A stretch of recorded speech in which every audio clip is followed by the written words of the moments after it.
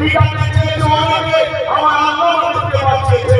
যখনই কোনো নতুন বিরাট করে ওনার পক্ষ থেকে এমন ভয়ানক দুর্যোগ হয়, সেই দুর্যোগ থেকে মানুষ দিশাহারা হয়ে যায়। আল্লাহ আমাদেরকে এখনো বাঁচাচ্ছে।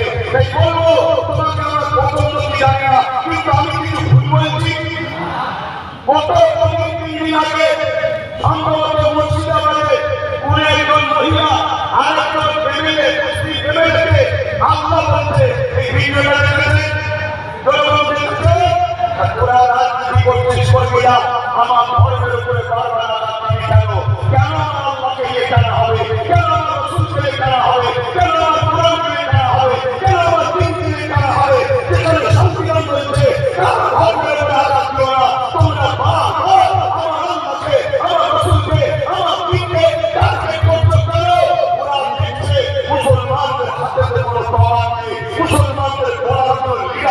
মুসলমানদের বলার কোন লোক নেই।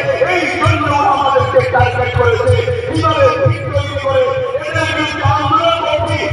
এইভাবে আমাদের অঙ্গীকার করতে হবে, আমরা নিজেদের লিডার বাড়াবো, নিজেদের নেতা বাড়াবো, নিজেদের পক্ষ থেকে এবং অন্য সমাজের গরিব মানুষ যারা আমার ধর্মের পক্ষে যদি না করে, অংশগ্রহণ বিরোধিতা না করে, এমন লোককে আমরা সাথে আগামী দিন তাদের দ্বারা আইনত ব্যবস্থা এদের দ্বারা লোক এই ঐক্য হওয়া দরকার আছে না? আজকে এই মাঠে আমাদেরকে কেন আসতে হবে? কেন আমাদেরকে কাজ করে এসে বসতে হবে? কেন আমাদের ত্রিপুরা শরীর থেকে গানের পয়সা খরচ তৈরি প্রোগ্রাম তৈরি করে আপনাদের সামনে চিন্তাতে হবে? আমাদের বন্ধু বান্ধবীর জন্য কতজন লোক রয়েছে, তারা কি কেস করছে? কথা বলো, তারা কি বিধানসভায় যাচ্ছে? সেইখানেও তো আমাদের কিছু কিছু রয়েছে, একজন খারাপ আত্মকে শোনা যাচ্ছে, খাবার মাথায় ঢোকা। আর আমাদের সমাজের মধ্যে যে বাচ্চাটা এটি হয়, তাকে সবাই অবহেলা করে, অর্থাৎ যার গার্জেন থাকে না, তাকে সবাই অপদস্থ করে। আমি একটা ছোট্ট অঙ্গীকার আপনাদের কাছে দেবো, একটি ছোট্ট করে বলুন, আমি কি কথা বললাম, আমার কি বক্তব্য দিয়েছে ভুল হলো? আপনাদের কি বোঝানো ভুল হচ্ছে? হাত সবাই করে বলুন, যারা আমার পক্ষে হাত করো, যারা আমার পক্ষে হাত করো, আমার বক্তব্যের পক্ষে দরকার, আমার বক্তব্যের পক্ষে দরকার। আর একটা অঙ্গীকার নেবো, আর একটা বিষয় ছিল ওয়াকাফ। সময় থেকে খেয়াল করে ওটা বলতে পারছি না, কিন্তু ওয়াকাফ ইসলামের ব্যাখ্যা। ওয়াকাফ যদি চলে যায়, ইসলাম চলে গেল মনে রাখতে পারে। মসজিদ যাবে, মাদ্রাসা যাবে, কবরস্থান যাবে। আমি আপনাদেরকে জানতে চাইছি, একটু আওয়াজ করে বলবেন, হিন্দু ভাই, গরিব ভাই, আদিবাসী ভাই, সাঁওতাল ভাই, খ্রিস্টান ভাই, যারা ভারতীয়, এরা আমাদের ভাই একই না? এরা আমাদের ভাই বোন একই না? এদের সঙ্গে আমাদের কোনো হিংসা আছে, কোনো রাগ আছে, কোনো বিদ্বেষ আছে? আমি আপনাদেরকে বলে যাচ্ছি, এদের সঙ্গে বন্ধুত্ব করুন, ব্যবসা করুন, কারবার করুন, উঠাবাসা করুন, লেনদেন করুন, এদের সঙ্গে রাজনীতিও করুন, ততদিন পর্যন্ত যদি এদের মধ্যে থেকে কেউ আমার দিনের বিরুদ্ধে, ইসলামের বিরুদ্ধে না বলে, ততদিন পর্যন্ত। যখনই বলবে তখন বলবে, ভাই তুমি আমার ভালোবাসায় আঘাত দিয়েছো, আমি তোমার ভালোবাসায় আঘাত দিয়ে তুমি কি মেনে নিতে? আমি তোমার ধর্মগুরুকে বলতাম, তুমি মেনে নিতে, তাই তোমাকে আমার পছন্দ নয়। আর তোমার জন্য আমি অন্য তোমার ধর্মের অন্য লোককেও খারাপ করবো না, কিন্তু তোমার সঙ্গে আমি আর নাই। এই কথায় আপনারা কি একমত হতে পারছেন? আপনাদের সঙ্গে একমত হতে পারছেন?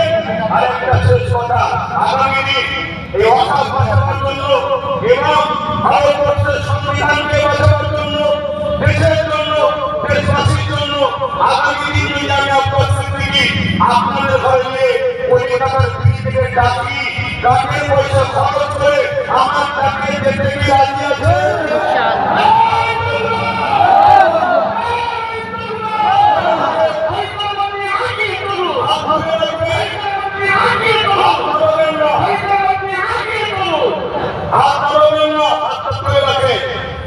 দেখবেন ডায়রায় তো হাত তুলতে বাকি আছে কিনা।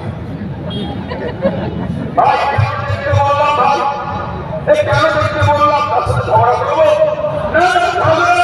ঝগড়া ইসলাম শিখাইনি, আমরা শুধু ছেড়ে দেবো।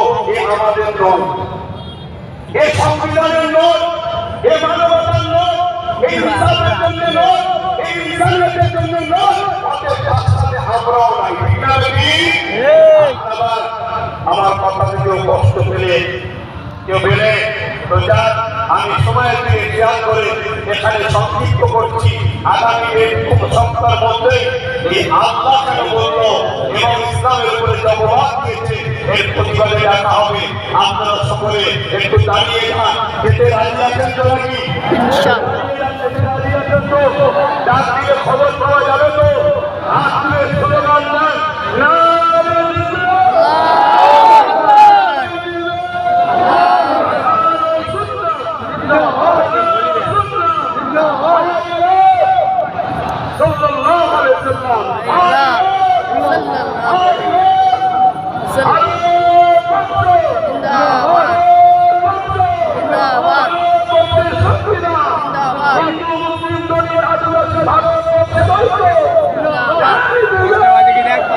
দেন, আপনারা আস্তে আস্তে যাবেন।